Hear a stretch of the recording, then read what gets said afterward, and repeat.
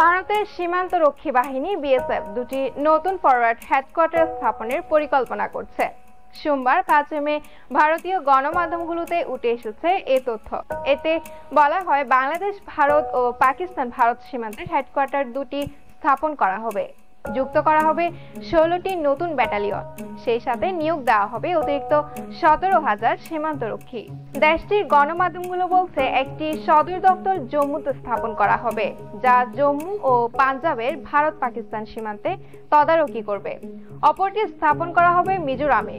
এতে নজরদারি করা হবে বাংলাদেশ সীমান্তে। কর্তৃপক্ষ জানান, সীমান্ত নিরাপত্তা জোরদার করতে এই পদক্ষেপ নেওয়া হয়েছে। চূড়ান্ত অনুমোদনের পর নতুন সেনা নিয়োগ শুরু করবে বিএসএফ। এই প্রক্রিয়ায় 5 থেকে 6 বছর সময় লাগতে পারে বলেও জানানো হয়েছে। পুষ্পিতা, কোহেলিয়া টিভি, কক্সবাজার।